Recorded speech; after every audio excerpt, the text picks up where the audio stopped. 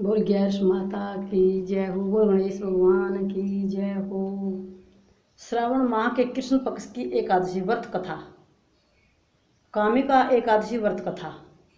बोल गैस माता की जय हो। सब बहनों को राम राम। मैं आज आपके सामने श्रावण माह के एकादशी व्रत महात्म्य को लेकर के आई हूँ, अतः आप ध्यानपूर्वक सुनेंगे। बोल गैस माता की जय हो। धर्मराज युधिष्ठिर ने कहा, हे देव की नंदा, आपने देवसेनी एकादशी और चातुर्मास्य उपवास के गुणों का विस्तार वर्णन किया, यह मैंने आनंद पूर्वक सुना। अब आप मुझे श्रावण माह के कृष्ण पक्ष की एकादशी का नाम बतलाएं और उसकी व्रत कथा भी विस्तार पूर्वक सुनाएं तथा उसकी विधि क्या है, इसमें कौन से देवता की पूजा होती है। देव की नंदन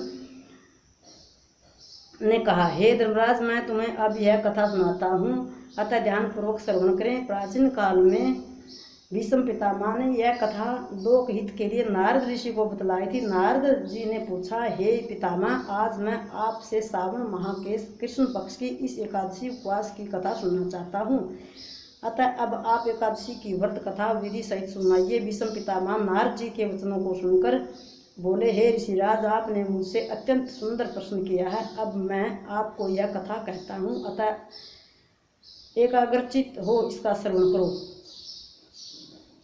श्रावण माह के कृष्ण पक्ष की यह एकादशी कामिका एकादशी कहलाती है। इस कथा को केवल श्रवण मात्र से ही वाजपेयी यज्ञ का फल मिलता है।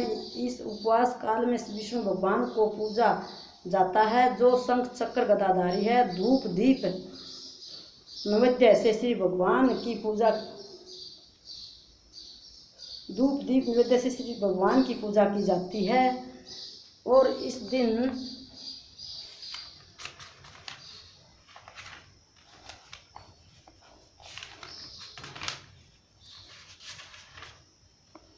की जाती है। इस एकादशी के उपवास में गंगा स्नान के तुल्य फल प्राप्त होता है।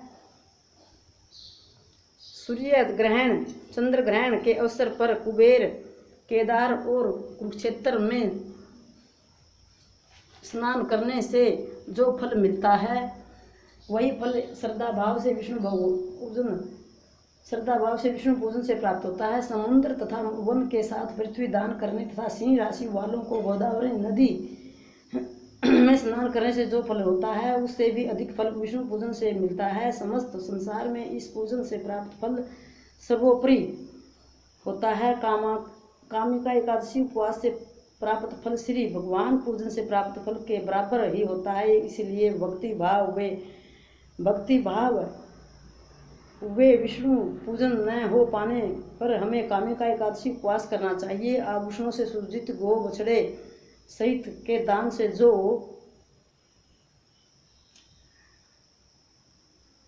पुण्य प्राप्त होता है, वही पुण्य कामिका एकादशी उपवास से मिल जाता है। जो विद्वान लोग इस कामिका एकादशी का उपवास करते हैं और इसके साथ विष्णु पूजन भी करते हैं, तो उससे सर्वदेवों, किन्नरों, नागों व पितरों का पूजन हो जाता है। इसलिए हमें अर्थात पापों से मुक्ति पाने के लिए यह उपवास नियम अनुसार व विधि पूर्वक करना चाहिए। भवसागर के दुखों में गिरे हुए मनुष्यों को मुक्ति पाने के लिए यह कामिका एकादशी का उपवास अवश्य ही करना चाहिए। कामिका एकादशी समस्त विश्व में पापों का समूल विनाश करने के लिए इससे अधिक उत्तम अन्य कोई एकादशी नहीं है। अतः हे नारद ऋषि, कृष्ण भगवान ने स्वयं अपने श्रीमुख से बतलाया है।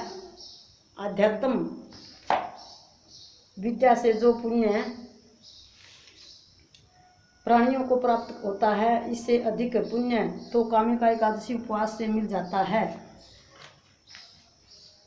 यह उपवास मनुष्यों को मरते समय नरक में जाने से बचाता है, अतः यमराज से सामना भी नहीं होता। इस एकादशी उपवास के पुण्य प्रभाव से कोई योनि भी नहीं मिलती, अतः मरणोपरांत मनुष्य देवलोक में ही जाता है। तुलसी से श्रद्धापूर्वक भगवान विष्णु का पूजन कामिका एकादशी उपवास के मध्य करने से भवसागर में रहने वाले प्राणी का मन मोह माया में लिप्त नहीं होता। वह जल में रहने वाले कमल पुष्प की तरह संसार से विरक्त रहता है।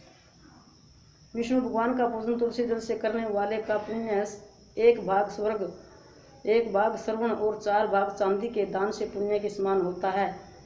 हे प्रभु, जो प्रभु का श्रवण आभूषण मणि मोती के स्थान पर तुलसी दल से पूजन करने वालों के सारे पाप का जड़ का नाश जड़ से नाश हो जाता है। पितामह बोले, हे नारद ऋषि, मैं प्रभु की अति प्रिय तुलसी को बराबर नमन करता हूँ।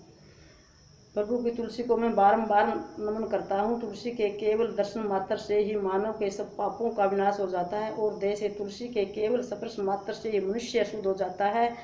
तुलसी जल के स्नान से तो प्राणी भी समस्त बाधाओं और यातनाएं पूरी तरह समाप्त हो जाती हैं।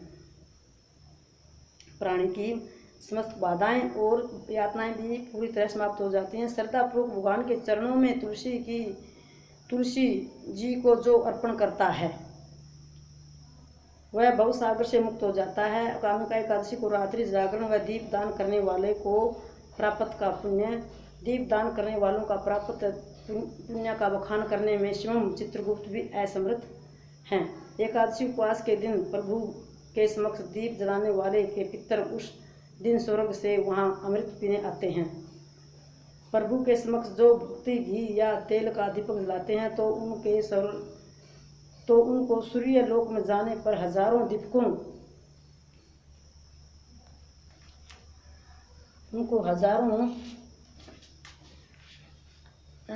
की रोशनी प्राप्त होती है। अतः अत्यंत प्राणी को इस कानुका का उपवास अवश्य ही पूरा करना चाहिए। इस उपवास के पुण्य प्रभाव से ब्रह्म हत्या आदि जैसे बड़े बड़े पाप भी जड़ से समाप्त हो जाते हैं। वह प्राणी इस लोक में अनेक प्रकार के सुखों का उपभोग कर अंत में विष्णु लोक जाता है। इस कामिका एकादशी के महात्म्य के पठन या श्रवण मात्र से भी देवलोक प्राप्त होता है। बोल गया माता की जय हो।